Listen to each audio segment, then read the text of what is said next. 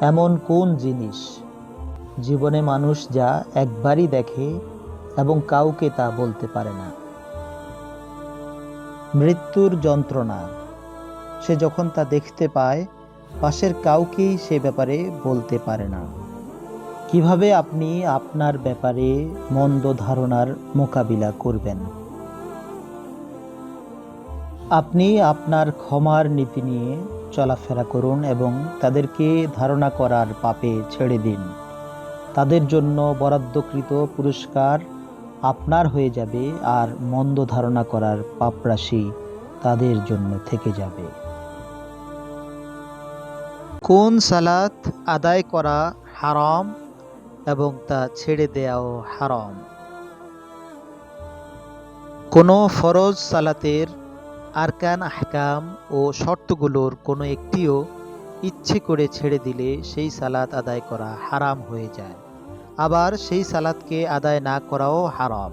যেমন আগত কোনো সালাতের জন্য ইচ্ছে করে ওযু না করে তা আদায় করা হারাম, এবং তার জন্য নির্ধারিত ওয়াক্তের মধ্যে তা আদায় না করে ছেড়ে দেওয়াও হারাম।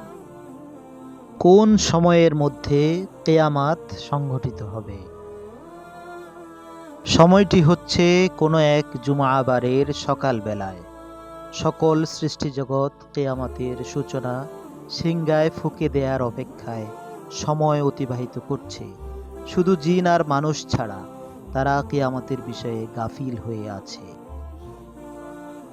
হযরত মূসা আলাইহিস সালামের লাঠিটি কয়বার সাপে পরিণত হয়েছিল? 3 বার। প্রথমত, মূসা আলাইহিস সালামের রিসালাতের শুরুতে তার মুআজিজার পরিচয় দিতে আল্লাহ তাআলা তার হাতের লাঠিকে সাপে পরিণত করেন। দ্বিতীয়ত, ফিরআউনের দরবারে দাওয়াত দিতে গেলে ফিরআউন মূসা আলাইহিস সালামের মুআজিজা দেখতে চাইলে তিনি লাঠিকে সাপে পরিণত করেন। তৃতীয়ত, জাদুকরদের মোকাবিলায় সর্বশেষ তিনি তার লাঠিকে সাপে পরিণত করেন।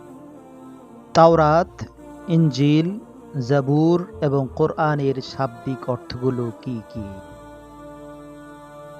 তাওরাত অর্থ শিক্ষাদান করা, ইনজিল অর্থ ঘোষণা অথবা সুসংবাদ, জাবুর অর্থ লিখিত, কোরআন অর্থ মিলিত অথবা পঠিত।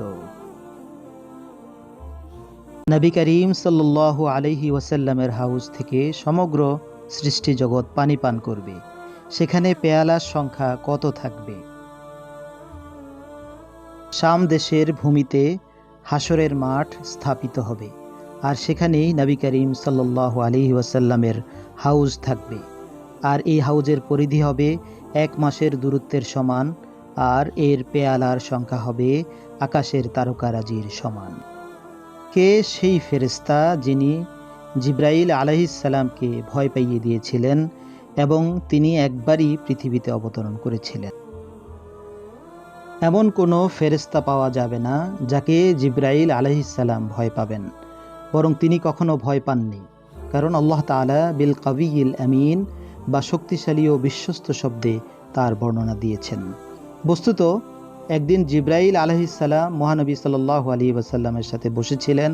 হঠাৎ তিনি আকাশের দিকে তাকিয়ে দেখলেন একজন ফেরেশতা একবারের জন্য আকাশ থেকে অবতরণ করছেন, আর এই সম্মানিত ফেরেশতা সূরা ফাতিহা ও সূরা বাকারার শেষ 2 আয়াত নিয়ে অবতরণ করেছিলেন।